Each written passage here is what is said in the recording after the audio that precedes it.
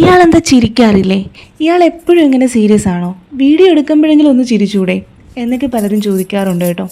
സത്യത്തിൽ ഞാനെൻ്റെ കുഞ്ഞുനാൾ മുതൽ കേൾക്കുന്ന ഒരു ചോദ്യമാണ്, ഇയാൾ ചിരിക്കാറില്ലേ, ഇയാൾ സംസാരിക്കാറില്ലേ, എന്താ മുളൂസേ ജാടയാണോ എന്നൊക്കെ. ആദ്യമായിട്ട് കാണുന്ന ഒരാളെ, ജീവിതത്തിൽ ആദ്യമായിട്ട് കാണുന്ന ഒരാളെ അങ്ങോട്ട് കയറി ചിരിക്കുക, സംസാരിക്കുക എന്നൊക്കെ പറയുന്നത് ഇനി എന്തിൻ്റെ പേരിലായാലും എനിക്ക് ഭയങ്കര ബുദ്ധിമുട്ടുള്ള കാര്യമാണ്.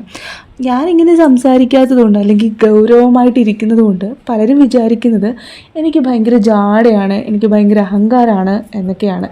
ഇത് പിന്നീട് അവരെന്നോട് ഷെയർ ചെയ്യുകയും ചെയ്തിട്ടുണ്ട്. ഞാൻ ആദ്യ കാഴ്ചയിൽ അവരോട് സംസാരിക്കുന്നില്ല, മിണ്ടുന്നില്ല. പക്ഷെ പോകെ പോകെ ഞാൻ അവരോട് സംസാരിക്കുകയും ചിരിക്കുകയും അവരുമായിട്ട് കൂട്ടൊക്കെ ആകുമ്പോൾ പിന്നീട് അവരെന്നോട് ഷെയർ ചെയ്യാറുണ്ട്, ഞങ്ങൾ ആദ്യം കണ്ടപ്പോൾ നിന്നെക്കുറിച്ച് വിചാരിച്ചത് ഇങ്ങനെയൊന്നും അല്ല, നീ ഭയങ്കര ജാടയാണ് എന്നാണ്. പക്ഷെ ഇപ്പോൾ മനസ്സിലാകുന്നുണ്ട് നീ അങ്ങനെയല്ലല്ലോ എന്നൊക്കെ പറയാറുണ്ട് പലരും. ഇങ്ങനെ പരാതികൾ ഒരുപാടായപ്പോൾ, അല്ലെങ്കിൽ ഈ പരാതികൾക്കെല്ലാം ഞാൻ ചെവി കൊടുക്കാൻ തുടങ്ങിയപ്പോൾ എനിക്ക് എൻ്റെ ഉള്ളിൽ തന്നെ ഒരു സെൽഫ് ഡൗട്ട് ഉണ്ടാകാൻ തുടങ്ങി.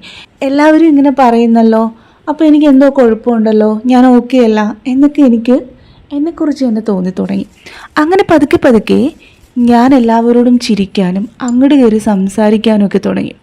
പക്ഷേ ഇതിൻ്റെ അപകടം വളരെ പതുക്കെയാണ് എനിക്ക് മനസ്സിലായി തുടങ്ങിയത്.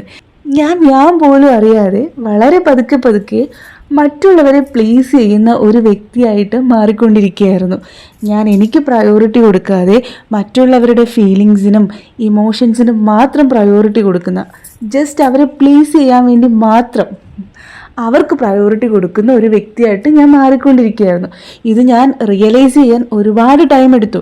സത്യത്തിൽ നമ്മളായിരിക്കുക എന്നുള്ളതാണ് ഏറ്റവും പ്രാധാന്യമുള്ള കാര്യം. നമ്മളിനി എങ്ങനെ ആയിരുന്നാലും കുറേ പേര് നമ്മളെ ഇഷ്ടപ്പെടും, കുറേ പേര് നമ്മളെ ഇഷ്ടപ്പെടില്ല. അങ്ങനെയൊക്കെ തന്നെയാണ് ജീവിതം മുന്നോട്ട് പോവുക. ശരിക്കുള്ള നമ്മളെ ഇഷ്ടപ്പെടുകയും മനസ്സിലാക്കുകയും കൂടെ കൂട്ടുകയും ചെയ്യുന്നവരും മതിയെന്നേ നമ്മുടെ ജീവിതത്തിൽ.